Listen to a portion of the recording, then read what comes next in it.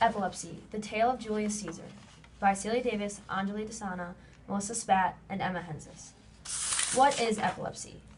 Epilepsy is a disease characterized by irregular brain activity and synaptic signaling. This error in signaling can cause a severe increase or decrease in neural activity, leading to a seizure. Synaptic signaling begins with an electrical signal along a nerve cell and triggers the release of a neurotransmitter. The neurotransmitter then diffuses across the synapse. Following the newly formed synapse, the target cell is stimulated.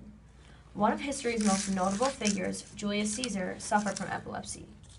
In this case, Caesar's brain would have resembled this MRI of an epileptic brain, whereas Brutus's brain would resemble a normal MRI, displaying a more evenly distributed brain activity. Causes of epilepsy include errors in DNA and trauma leading to damage to neuron cell membranes. Since epilepsy is a polygenic disease, it affects multiple chromosomes.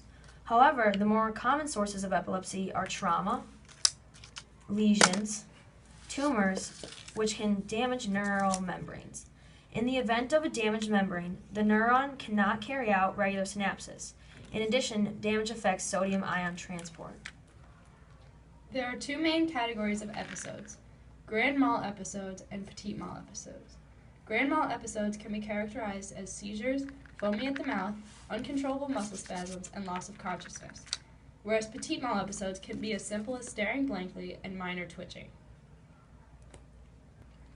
Though there is no definite cure, epilepsy can be managed through medications such as phenytonin, an anticonvulsant that regulates impulses.